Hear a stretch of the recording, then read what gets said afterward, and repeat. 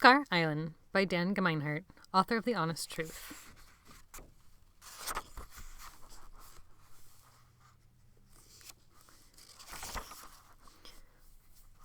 Scar Island by Dan Gemeinhart, author of The Honest Truth, published in 2017 by Scholastic Press. Chapter 1. A Dark Place Indeed. It's no fun shivering when you're wearing handcuffs. Doesn't help to be seasick either. Jonathan Grisby sat hunched over in the wildly rocking boat and tried not to throw up. And he tried not to let his teeth chatter together so hard that they shattered, and he tried at the same time to look like he didn't care. It wasn't easy. The little boat rocketed off of each wave and crashed into the next with a jolt that sent shots of pain into his rear from the metal bench. His clothes were wet from the salty spray. The wind kept blowing his straight black hair into his eyes, and with his hands cuffed, he couldn't brush it away. The sun was already down, and every second brought more darkness. He noticed the boat's pilot grinning at him. It wasn't a nice grin. He was missing most of his teeth, and the few that he still had were brown and crooked. Tobacco juice dribbled out from his bottom lip into his scraggly gray beard. "You look scared!" the pilot shouted over the whine of the outboard motor that he steered with one hand. Jonathan just blinked and looked away. "'Tis all right to be scared, boy." The pilot eased back on the motor, slowing the boat so that he didn't have to yell. He was still smiling, and his eyes twinkled with a mean hunger. "I'd be scared, too, if I was going where you be going." The pilot's smile widened, showing off even more stained teeth. Jonathan threw back his head to clear the hair from his eyes and looked out over the white-capped ocean, ignoring the leering pilot. He was sitting with his back toward the front of the boat, facing the pilot and the dock they had left minutes before. Next to the pilot sat his partner. He was young, maybe 17 or 18, with a kinder face. Not much more than a kid, really. "Aw, leave him alone, Cyrus," the younger man said. "There's no need to tease him." "I ain't teasing, Patrick, I'm warning." The grizzled pilot narrowed his eyes and nodded at Jonathan as he spoke. "Wouldn't be fair to toss him to the wolves with him thinking he's going on some seaside vacation. 'Tis a dark place you're going, boy. A dark place indeed." Jonathan, trying to ignore the old pilot, looked at the younger man, Patrick. Patrick's eyes slid away from his own, like he felt bad. Like maybe the old man was telling the truth. "Course you probably knew 'twas a dark place, though, didn't ya?" Cyrus continued. "That's why you're going there, after all. A dark place for dark youths such as yourself. Troublemakers. Delinquents. Criminals." He savored each word in his mouth like a salty piece of bacon. "How old are you, boy? 12? 13? Jonathan bit his lip. He didn't want to talk to Cyrus, but he was feeling awfully lonely, handcuffed in a boat on the way to prison. "Something like that," he said at last with a shrug. Cyrus's mouth widened into a wolf's grin. "Ah, you're right in the middle, then. Criminal boys aged 10 to 14, that's what Slabhenge is for, isn't it? Can't imagine what dark crime you committed to get yourself sent here, boy. They'll have you meek as a lamb in no time, I'd wager, begging to run back to your mamma's lap." "Leave him alone, Cyrus," Patrick spoke again. "There's no point in taunting him so." Cyrus's eyes widened innocently. "I ain't trying to taunt him, Patrick. I just feel the boy should know what he's getting into, is all." Patrick frowned and looked out over the water. "Ah, and there she is," Cyrus crowed. "Go ahead, boy, turn around and take a look at your new home." Jonathan twisted in his seat and craned his neck to get his first view of the Slabhenge Reformatory School for Troubled Boys over the rusted bow of the boat. It was a hulking, jagged building of grey stone, surrounded on all sides by the foaming sea. The walls were high, rising up 2 or 3 stories from the crashing waves. Several towers stabbed up even higher into the gathering black clouds from each corner of the building. Each was flat-topped and crowned with a black iron railing. A few dark windows dotted the higher parts of the walls. Instead of glass, they all had thick metal bars.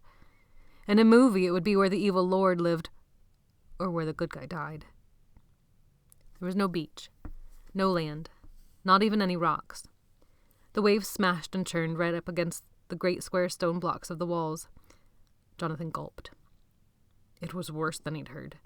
And what he'd heard had been terrible. He ground his teeth together and let the stiff ocean wind dry his angry tears before they could fall from his eyes. His hands, shackled together behind his back, squeezed into fists, then went loose. "Pretty, ain't it?" Cyrus chuckled. His laugh turned into a cough and finished with a thick spit over the side of the boat. "It weren't always a school, you know. 'Twas built first for lunatics and madmen." Cyrus laughed again.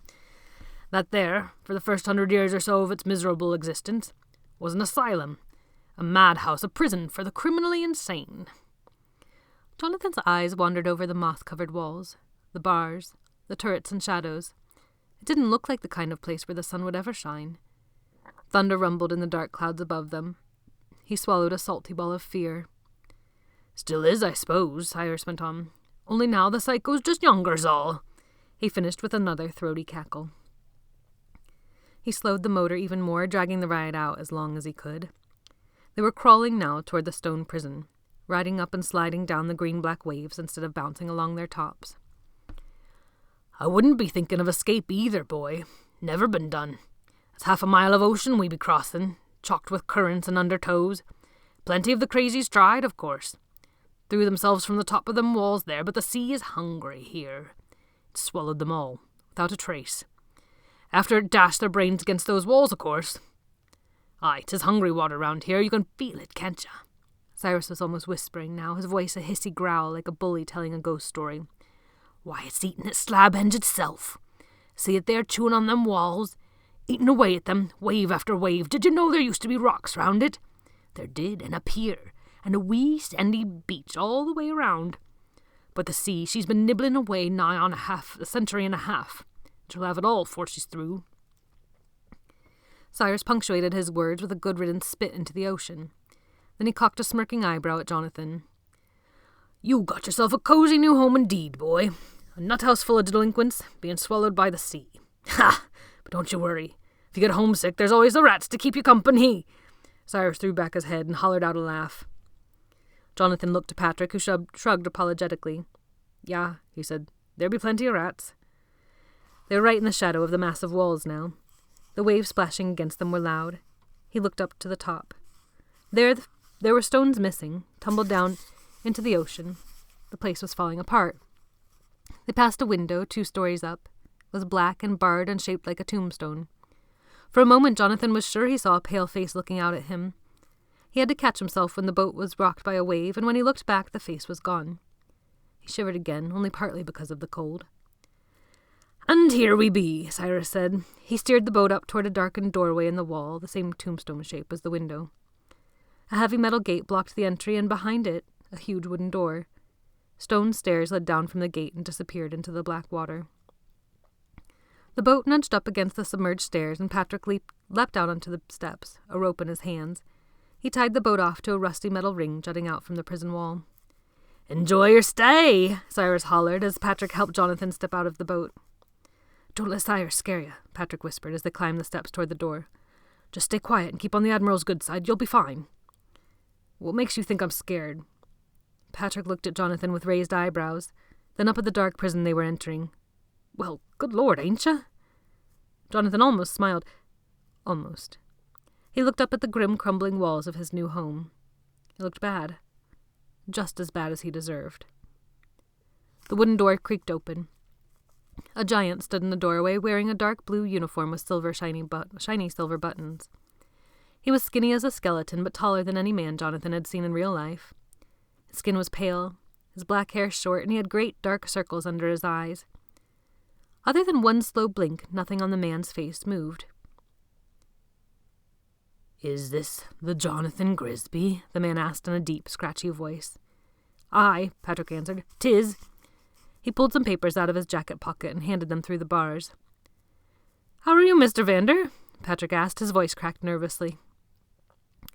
The man only looked at Patrick from under his dark eyebrows and jangled a huge ring of keys and unlocked the gate. He swung it open just far enough for Jonathan to slip through. Patrick gave his elbow one last squeeze before letting go. The gate clanged shut. Jonathan felt himself pulled a few steps forward into darkness.